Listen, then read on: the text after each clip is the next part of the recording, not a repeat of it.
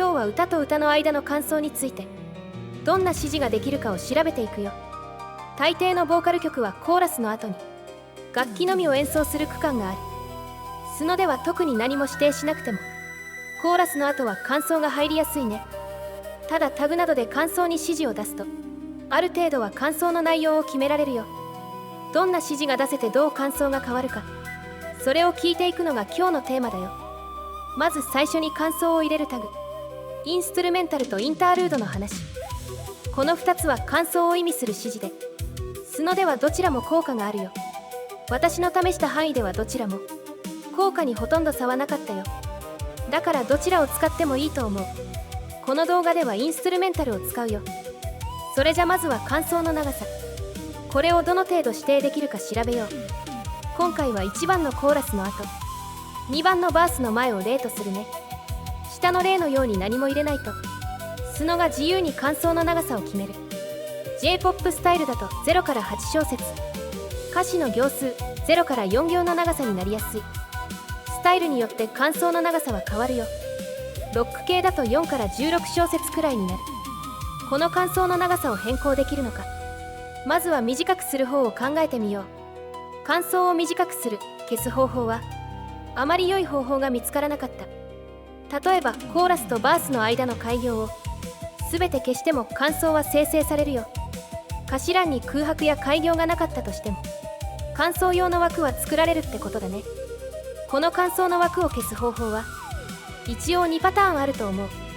一つはスタイルを変えること。間奏の枠の長さはスタイルによって異なる。例えばヒップホップ系のスタイルは高確率で間奏の枠が消えやすいよ。もう一つの方法は間奏の枠に無理やり歌詞を入れてしまうこと。間奏で歌ってしまえば間奏は消える。ちょっと乱暴な対策ではあるね。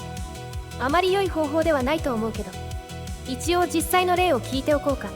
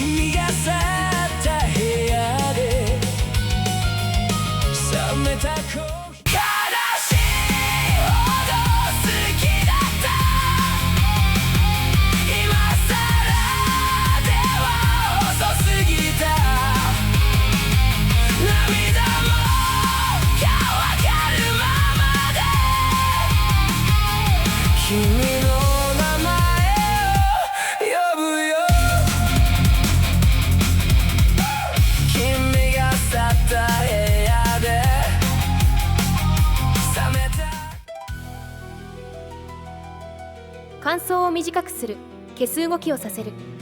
その方法は一応あるんだけど、ちょっと曲に与える影響が大きすぎるね。間奏を消すだけというのは難しいよ。この方法でも長い間奏が作られる可能性が少しは残ってしまうので、ちょっと実用的ではなさそうかな。もっと良い方法があったら教えてね。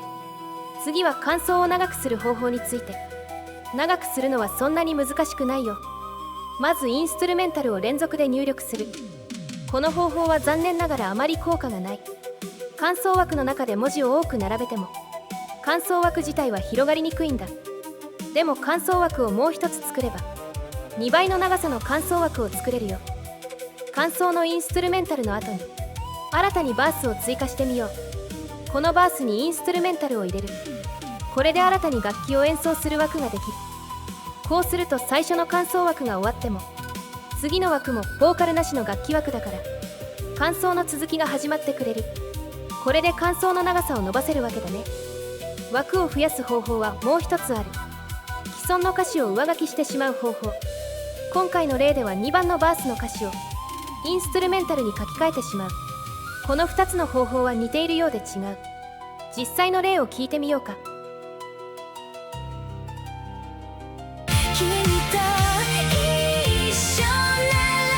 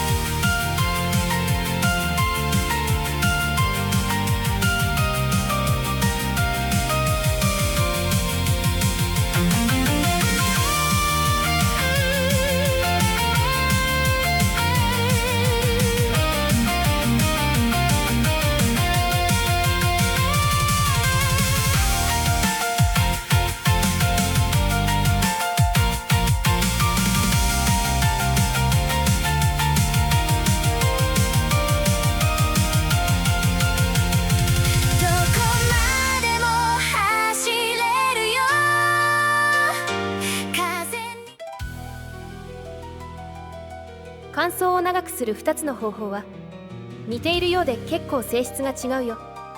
新規の枠を挿入する方法は単純に間奏が長くなると考えていい。間奏が長くなるだけで曲の他の部分に影響を与えることはあまりないよ。一方で歌詞を消して上書きする方法は本来の曲の構成も上書きしてしまう。間奏が2番のバースを上書きしたら2番のバースの歌は消えるけどバースの性質を持った間奏ができる。歌の代わりの間奏ができるってことだね。挿入と上書きで性質が違うので状況に応じて使い分けてみてね。次に間奏で演奏される楽器の仕様について簡単に説明するよ。インストゥルメンタルの代わりに楽器名とすると間奏でその楽器を演奏できる。ただ結構いろいろと注意点があるよ。まず成功率の話からしようか。指定した楽器は確実には演奏されない。その曲のメイン楽器と戦うことになるよ。例えばハードロックスタイルはギターを主役にする力が非常に強い。だからハードロックで楽器を指定しても大抵はギターに負けてしまうよ。一方で J-POP スタイルはいろいろな楽器の要素を持っているのでいろいろな楽器を演奏することができる。スタイルによって使える楽器は変わるね。ちなみに主役になれる要素が弱い楽器、例えばベースやドラムなどは大抵のスタイルで主役になれないね。伴奏の音が多少強まる程度になる。この挙動はスタイル欄に楽器名を入れた時とほぼ同じ挙動になるよ。歌詞欄にスタイル名を入れると入れた部分に効果が出るって感じだね。スタイル欄と同じ挙動なので音楽ジャンル名などを入れてもいいよ。それじゃ実際に楽器などのスタイルを歌詞欄に入れた時の挙動を見ていこうか。君と一緒ならば明日へ向かって歩こう。